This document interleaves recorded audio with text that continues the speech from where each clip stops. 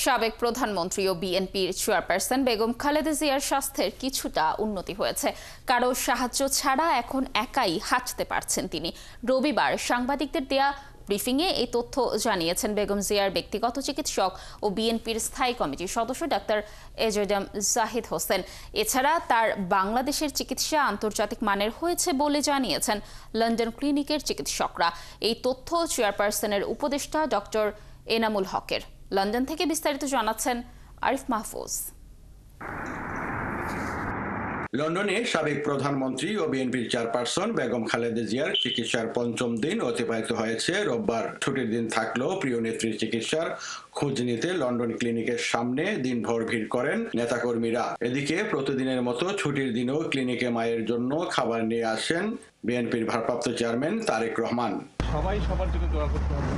প্রতিদিনের মতো বেগম জিয়ার শারীরিক অবস্থা ও চিকিৎসার সর্বশেষ খবর জানিয়েছেন বিএনপির স্থায়ী কমিটির সদস্য ও খালেদা জিয়ার ব্যক্তিগত চিকিৎসক এজেডএম জাহিদ হোসেন। ফিজিওথেরাপি যেটা দেওয়া হয় সেটা ওনারা দিয়েছেন এবং পরবর্তীতে উনি ফিজিওথেরাপি নেওয়ার পর গতকালকে এসেও বলা যায় যে শারীরিকভাবে আলহামদুলিল্লাহ স্টেবল আছে। বিগত 4 বছর খালেদা জিয়ার চিকিৎসা আন্তর্জাতিক মানের হয়েছে বলে জানিয়েছেন লন্ডনের ডাক্তাররা। এমনটি বলেছেন চেয়ারপারসনের উপদেষ্টা ডক্টর এনামুল হক। লন্ডন ক্লিনিকের ডাক্তার যে টিমটা, ব্রিটিশ টিম যারা আছে, ওনারা অ্যাপ্রিসিয়েট করেছেন তাদের যে চিকিৎসাটা পরিচালনা করেছেন এবং এই চিকিৎসাটা আন্তর্জাতিক মানের এক লেভেলে একটা চিকিৎসাটা হয়েছে।